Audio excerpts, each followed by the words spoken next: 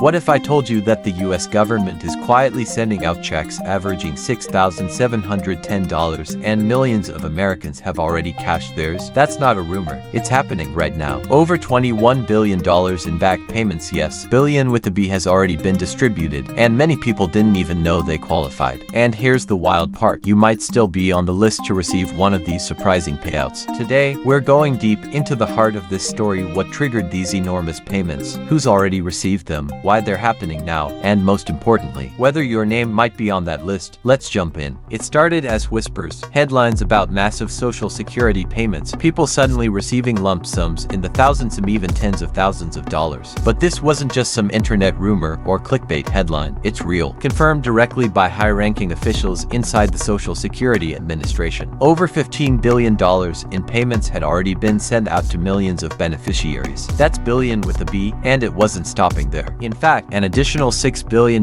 was scheduled to be sent out just in this month alone, pushing the total payout over $21 billion.